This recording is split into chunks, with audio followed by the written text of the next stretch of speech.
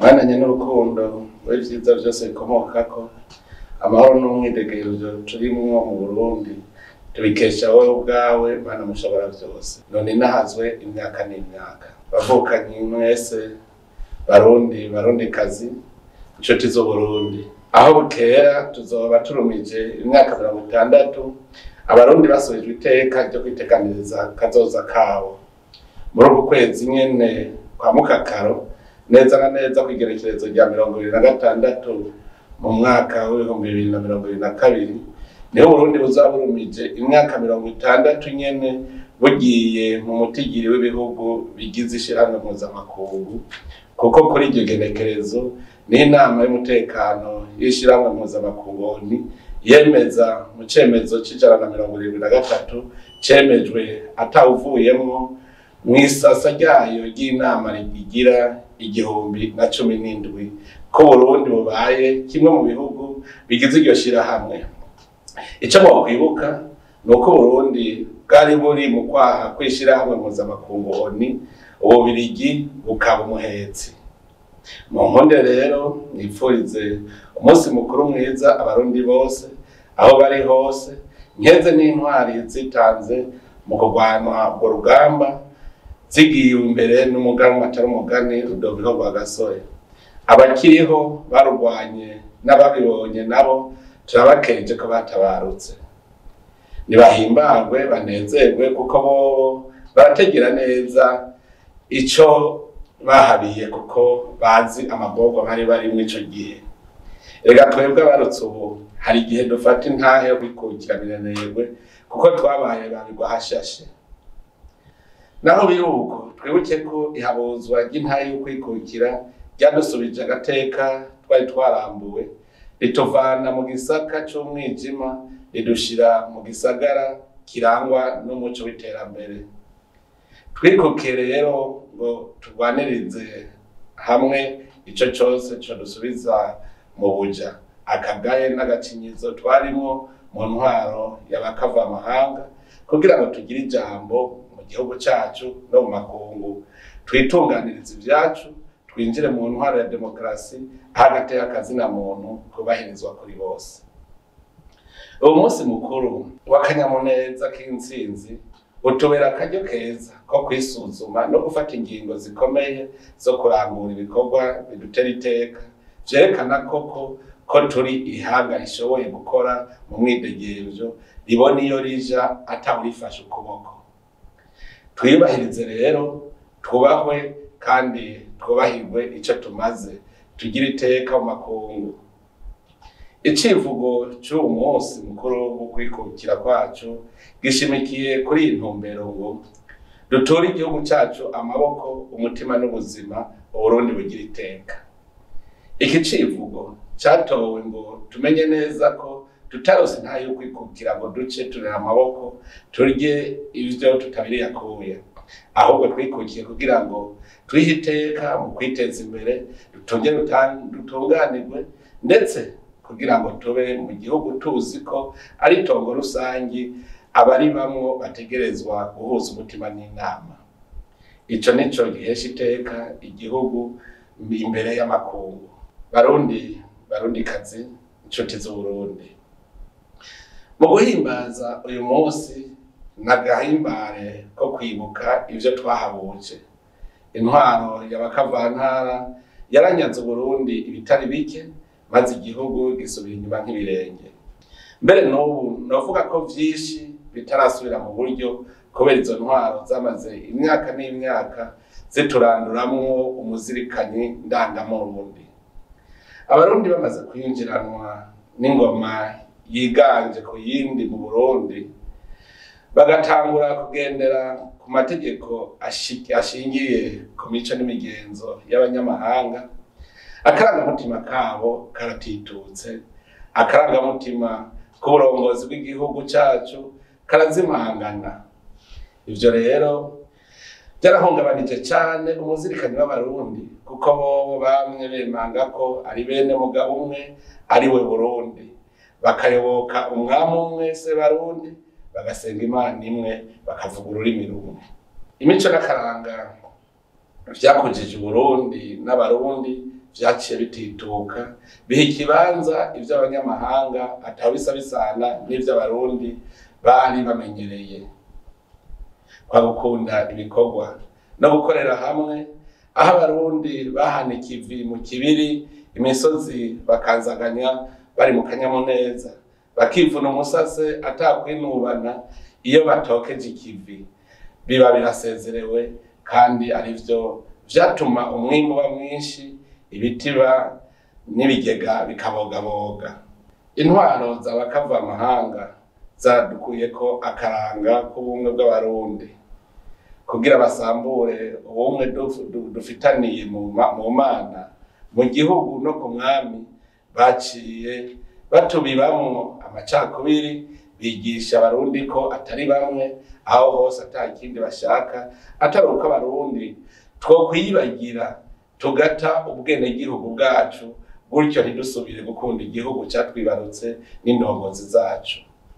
Nico catumye bwa bumwe bwamye buranga basokuru butosekara, abavukanyi bari basangiye ingobyi n'urugendo batangura kurabana ribi. Igihugu cacu kiba kiramijwe uburozi bugoye kurogora. Mu bijanye n'iterambere, umuzo w'intwaro z'abanyamahanga wadukuyemwo ubwenge n'ubuhinga abarundi twari dufise bwo kwibeshaho. Imbere y'umuzo w'abanyamahanga, abarundi bariga bakigaburira bakoresheje ubwenge n'ubuhinga bwabo. Barahingura ibikoresho mu butare bw'Uburundi, barabumba, bakabaza, bakajisha, bakikorera impuzu n'ibindi vyose bakeneye mu buzima bwa misi yose. Kuva izo ntwaro mvamahanga zishitse, ntawasubiriye guhingura amasuka, imihoro, amacumu, impuzu n'ibindi. Ubu ntaco tugishoboye kwihingurira mu butare bwacu tutakiguriye mu mahanga. Uretse n'ivyo, mu buzima bwacu imbere yo kwizizirwa n'intwaro z'abanyamahanga, abarundi bari bafise imyifato ibereye mu buntu.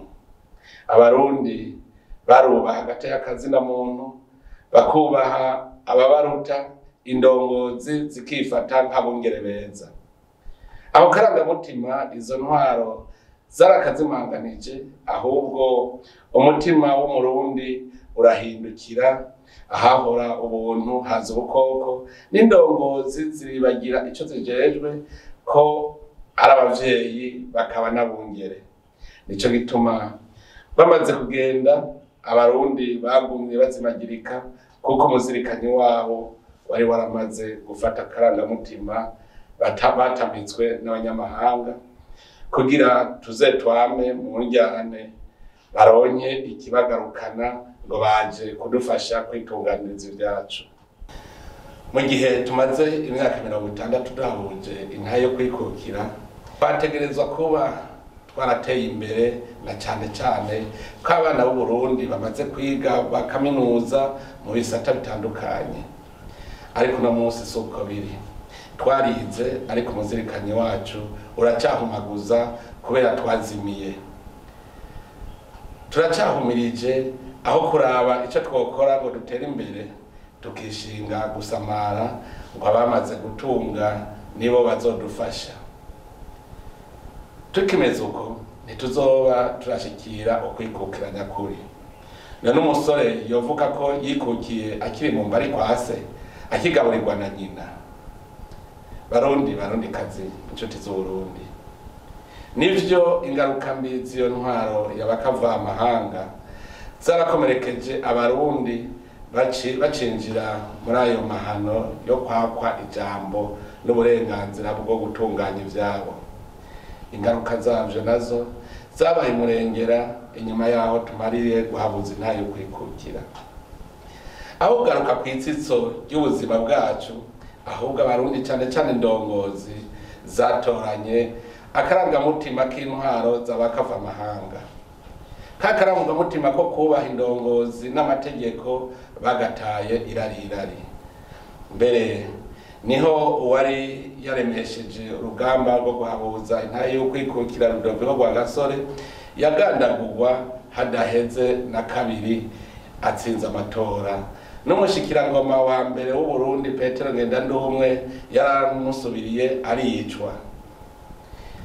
Igihugu cyaciye cinjira mu muzimiza imyaka n'iyindi, ubwicanyi butegurwa n'abarongoye abandi bwa kindaro mu gihugu cyacu bwisubiriza uko umwaka utashe gushika no mu 1993 aho umukuru w'igihugu yitorewe n'abenegihugu Melchior Ndadaye yagandagurwa bunyamaswa yambutombi y'amacakubiri twabirwamwo n'abanyamahanga ituma abenegihugu basubiranamwo inganda ziratikira kubera kubura indongozi zibanguranya. Mbega ko tumaze imyaka 60 twitwa ko turi mu mwidegemvyo wo gukora ibitunga abarundi bobo n'abazoza, twavuga ko tugejeje ikivihehe. Umunsi tuhimbaje turiko turatoha kuko hariho ibitari bike tumaze kwikorera tutarinze guhamagara umunyamahanga ngo abidukorere. Nuko nyene twari twarasinzikaye, abarundi bahuje umutima n'inama kuri uyu munsi. Naho hari abacidodomba benshi muri bo baravuga bati hobu nivyo gushimira Imana naho yaducishije kure kugira ngo dukire. Uno munsi mbere twomera abamwanditsi wa Zaburi yivuga Imana kuvyo yabakoreye ati ariko Mana waratugejeje, waducoroje umuriro kurya bacorora ifeza, wadukwegeye mu mutego, warajegenyuye amafigo yacu, waturekuriye ko abantu baduhonyora ku gakanu, twaciye mu muriro no mu mazi, ariko waradukuyeyo uradutungisha. Imana yarahadukuye none nini nahazwe. Turashimishwa n'intambwe tugezeko mu gutsimbataza intahe yo kwikukira, kuko tubona ko abarundi bariko baratahura ivyo twaciyemo n'imvune vyadusigiye, kandi bakigira inama yo kuvavanura n'iyo ngendo yadusinzikaje. Umwizero w'uko ejo ari heza turawufise mu gihe tutosubira gusamara, ariko kandi Imana y'Uburundi iri kumwe natwe. Uno munsi hariho ababona intambwe mu iterambere ibihugu vyakamishije neza ukwikukira bigezeko bakamiramitwa. Natwe nitwibaze ahubwo iyo duca tuja hamwe ku kivi mu 1962 gushika ubu aho tuba tugeze mu iterambere, duce twicuza twihane ko tutagisubira kuri ciza twafashe. No kwama rero tujyamiye amajanja dukora ijoro n'umurango ntituzohave duhitanwa n'uruherezi isegenya ryari ryaradusize. Barundi kazi inshuti z'Uburundi, uburyo nyabwo byo kubungabunga intahe yo kwikukira no kuja hamwe twese tugatsimbataza intwari ibereye, tugakora tutiziganya kugira ngo twigabe kandi twigaburire.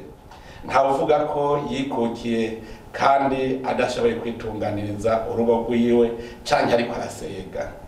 Ukwigaba kw'abarundi no gukomeza intwaro ya demokrasi yubakiye ku mushinge ubereye kandi w'ukuri, twisunze imico n'imigenzo y'abarundi. Basokuru barayamaze ngo ingeso y'urugo ntiyubaka urundi. Twikuremwo ko tudategerezwa kugendera ku bigenga intwaro zaba tudasangiye imico. Ikindi dukwiye kumenya no kumenyera nuko ubutegetsi bukomoka ku benegihugu, bakabuha uwo babona abafitiye imigambi itomoye yo kubateza imbere. Nibo kandi basuzuma indongozi bakongera bagafata ingingo ikiringo baba bagutoreye giheze, bakugomwe bakakongera, bakuneguye bakakubogoza mu kukwima amajwi. Biratangaje kandi birababaje kubona hariho abigira ko abahinga mu gutunganya ivy'igihugu, ariko baciyumvira ko ubutegetsi bw'abenegihugu bugabanganwa hagati y'abanyamigambwe. Mbega muri ico gihe bagabura ubutegetsi bw'abenegihugu, abatarose nabo baca baba bande ko abarundi bose batohurira mu nzego z'igihugu.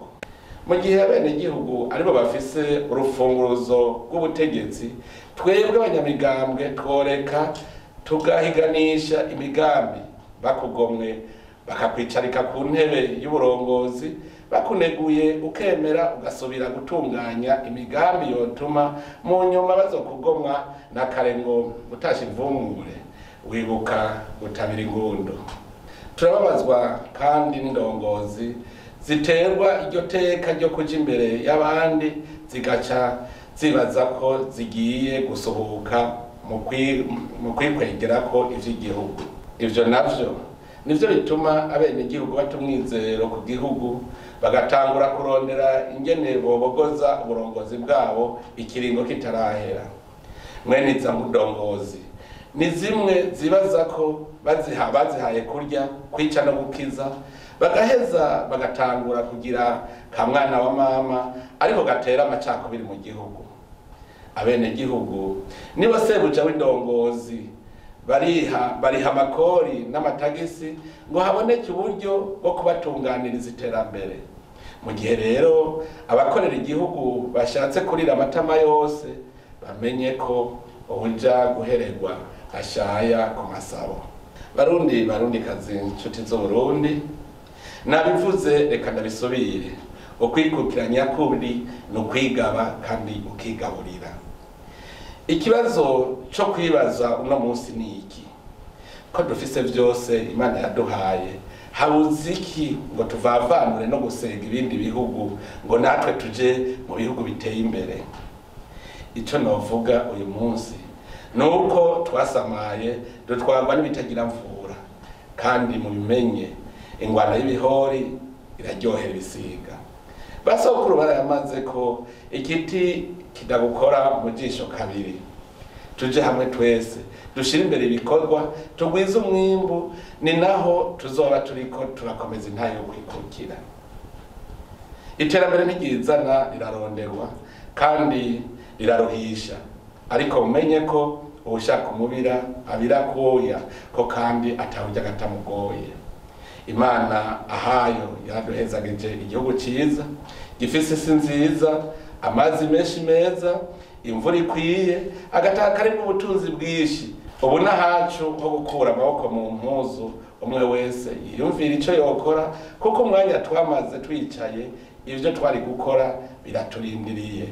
Nta numwe yovuga ngo yabuze ico akora. Ku ruhara rw'inzego nshingwabikorwa z'igihugu, ubu tugiye gushira abantu bose ku kivi.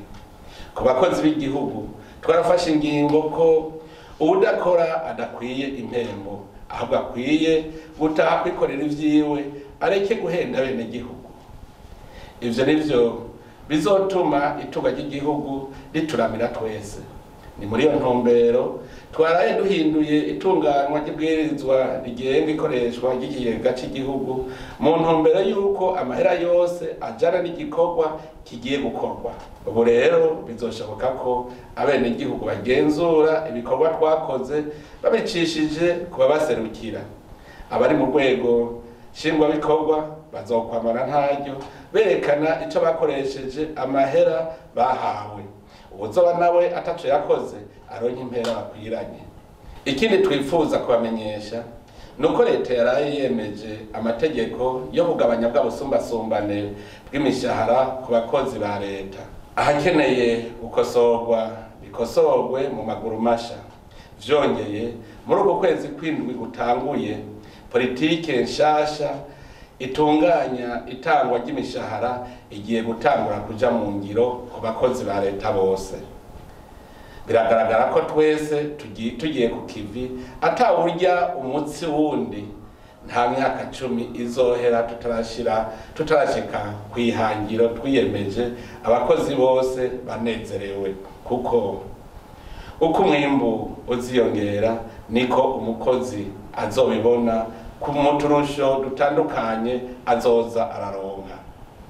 Ubu tugomba kwigisha indongozi kurangura amabanga bajejwe, babona iyo baja gushikaho umwe wese ahejeje ikiringo yereka uwumukoreye mu ngata aho yaragejeje ikivi niyo gitera kija. Kubijanye n'abenegihugu bikorera ivyabo, aho tuvuze abarimyi, abanyamwuga, abahingura ivyimburwa n'itunga kama ndetse n'abadandaza. Dushaka ko abizewe bose babimboneza koko bamurikira abandi, baba batware barazwe ishinga no kubona abantu bose bari ku kivi mu rugamba rwo kurwanya ubukene. Dushaka ko indongozi zije imbere mu gukunda no gukundisha abandi bikorwa. Twifuza ko indongozi zifata nk'intwazangabo, abikorera ivyabo nabo bakaba inteko zo kurwanya ubukene. Urugamba nabo nuko umwe wese agira icyo akoze kigwiza umwimbu. Nico gituma tubasaba mwese kuja hamwe mu mashirahamwe n'amakoperative kugira imitwe ikora ikoranye, gutyo tugiye hamwe nta nkeka ubukene tuzobutuza mu gihugu cacu. Ntimugire ubwoba bw'urugamba kuko turi kumwe twese birashoboka. Ndabivuze gutyo kuko nabonye ko hari abatinya gutangura bagashaka basebuja babahemba gusa naho bo baba bahomvye. Mu bijanye n'iterambere rirama igihugu cacu ciyemeje gushikako no kumenya ibintu byose bizana itunga mu gihugu.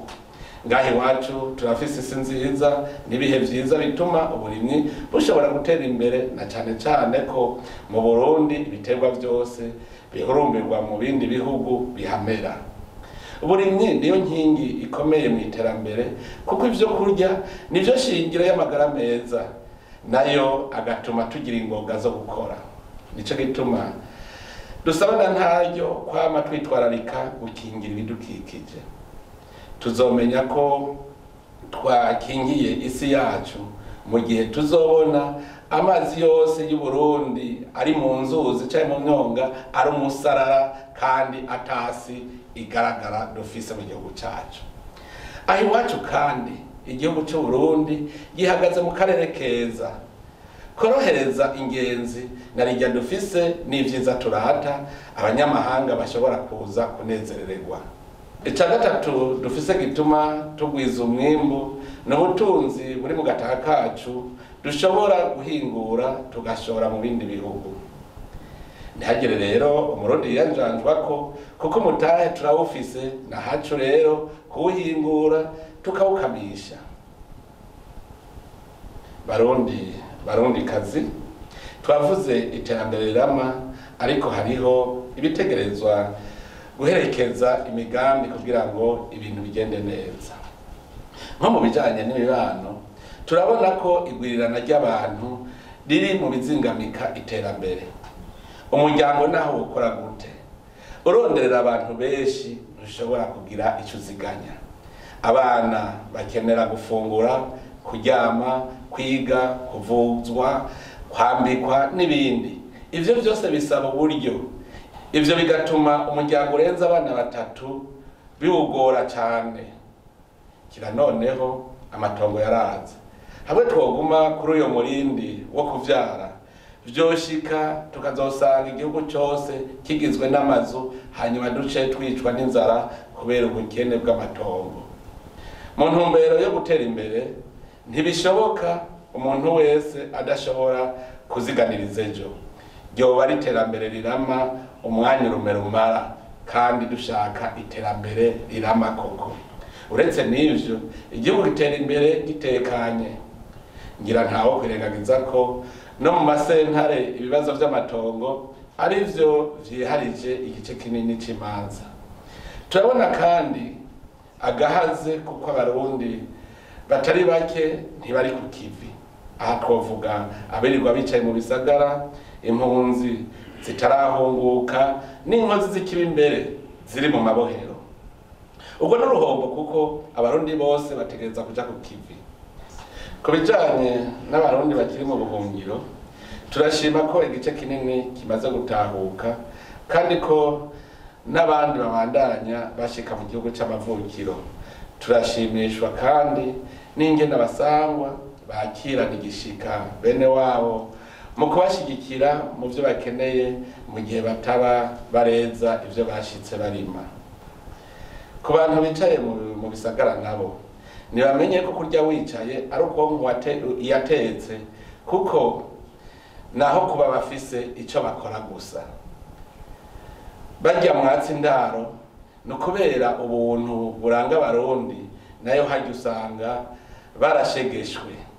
Nimwegere iyo muva kuko niho mufise munsi y'urugo hoho mworima agatoki mukorora n'udutungwa.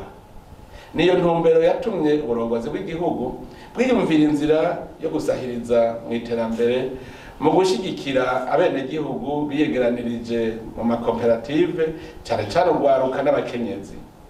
Kubari mu bihano nabo kubera ubube gito nta kindi twokora atari ukuguma twigisha akarangamutima ko Murundi kugira ngo twese tugendere ubuntu gutyo inkozi z'ikibi zigabanuke mu gihugu cyacu. Mu bindi biraje ishinga leta urwaruka n'abakenyezi bafata ikibanza ca mbere bivanye nuko iyo migwi ari igice kinini c'abarundi kandi ko ari igihugu gitegerezwa kubakirako umushinge w'iterambere. Ni muri iyo ntumbero ingingo zitandukanye zifatwa ku neza yabo kugira ngo ishigikirwe yongere ifatwe mu mugongo. Tukaba dushima ko twereka ababona kandi bashashaye iterambere twihweje ingene bariko baratunganya ingabire y'amabanki barose. Barundi kazi inshuti z'Uburundi, mu guhimbaza isabukuru y'ihabuzwa ry'Intahe ukwikukira twogaruka kwikete umuganwa Rudoviko wa Gasore yandikiye rezida w'Uburundi kwigerekerezo rya 29 mu Kakaro 1960 yerekana amahinyu mu bijanye na politike ku ntwaro y'abakoroni. Yagize ati: turahakanye kwerekwa aho duca tutari impumyi, twifuza gufashanya tudahendana, twubahana ku rugero rungana. Mugabo ntibigisubire kuba na rimwe ko dufatwa nk'umwana agamburukira se ku gitsure. Aha rero tworaba kuno munsi ivyacu tubitunganije neza, ko tutakizera inze, ko twigaba tukigaburira. Imyaka 60 tumaze twitunganiriza ivyacu yerekana ko dukuze, tudagikeneye ubudufata akaboko, ubu dukeneye abo tujana mu nzira y'iterambere. Abarundi rero tubasaba gukunda ibikorwa kuko ari byo biha icubahiro n'iteka umuntu mu kibano, mu gihugu no mu makungu.